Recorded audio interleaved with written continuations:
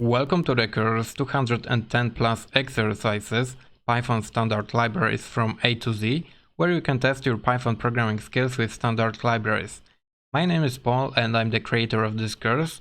This course is designed for people who have basic knowledge in Python and consists of over 210 exercises with solutions.